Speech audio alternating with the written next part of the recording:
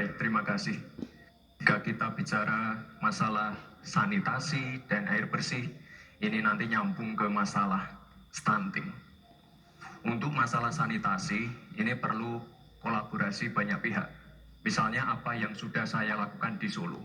Kita membangun IPAL komunal di perumahan padat penduduk.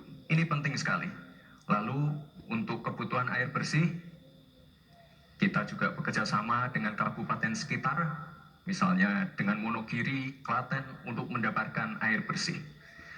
Kita juga sekarang sudah ada proyek strategis nasional membangun beberapa bendungan dan embung. Ini nanti juga penting untuk meneruskan program pengairan nasional yang nanti berguna untuk pengadaan air bersih dan juga untuk mengairi sawah.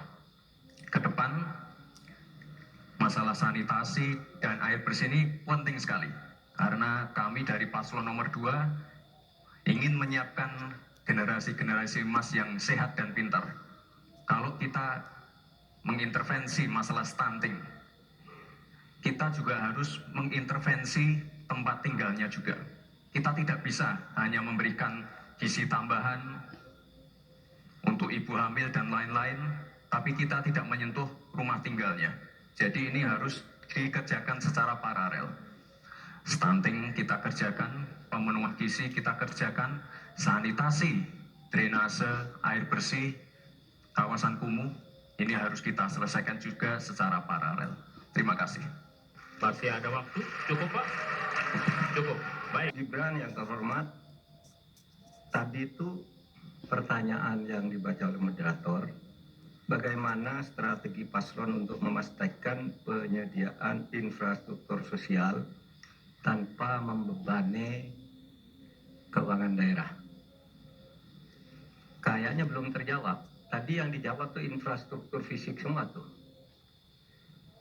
Infrastruktur itu kan ya ada infrastruktur sosial, ya itu yang penting. Kemudian regulasi. Bagaimana Anda menyiapkan regulasi sekarang ini agar semua itu bisa berjalan dengan baik? Nah, kalau infrastruktur fisik mungkin sih bisa saja diutak-atik dari APBN, APBD gitu ke ini untuk menyentuh. Tapi masalahnya kita punya problem dengan infrastruktur sosial seperti yang ditanyakan tadi.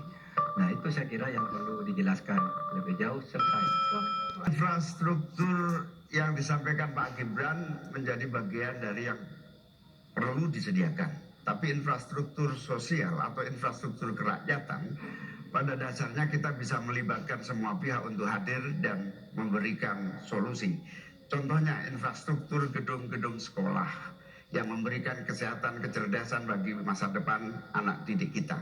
Apa yang bisa kita lakukan? Misalnya, kita bebaskan pajak buat seluruh penyelenggara pendidikan supaya fiskalnya terpenuhi, supaya pendidikan bisa terjangkau, sehingga semua bentuk pendidikan, semua bentuk yang berkaitan dengan pencerdasan kehidupan masyarakat kotanya, maka dibebaskan pajaknya. Ini seperti yang sudah dilakukan di Jakarta, yang ini bisa kita tarik ke tingkat nasional. Infrastruktur sosial tercipta dengan pemerintah memberi fasilitas yang memadai. Terima kasih. Mungkin Prof. Mahfud dan Gus Muhaimin kurang paham dengan apa yang sudah saya paparkan. Saya tadi juga bicara masalah infrastruktur sosial, stunting itu loh Pak. Ya, tapi nggak apa-apa, saya perjelas lagi. Kita punya program makan siang gratis. Banyak yang nyinyir, tapi sekali lagi Pak, program makan siang gratis ini adalah investasi menuju Indonesia emas. Program makan siang gratis 400T ini adalah stimulan untuk ibu-ibu, warteg-warteg, warung-warung, catering-catering yang ada di daerah. Bayangkan 400T mengucur ke daerah-daerah. Semua ibu-ibu ikut memasak makan siang untuk anak-anak kita. Itu Pak yang saya maksud dengan infrastruktur sosial.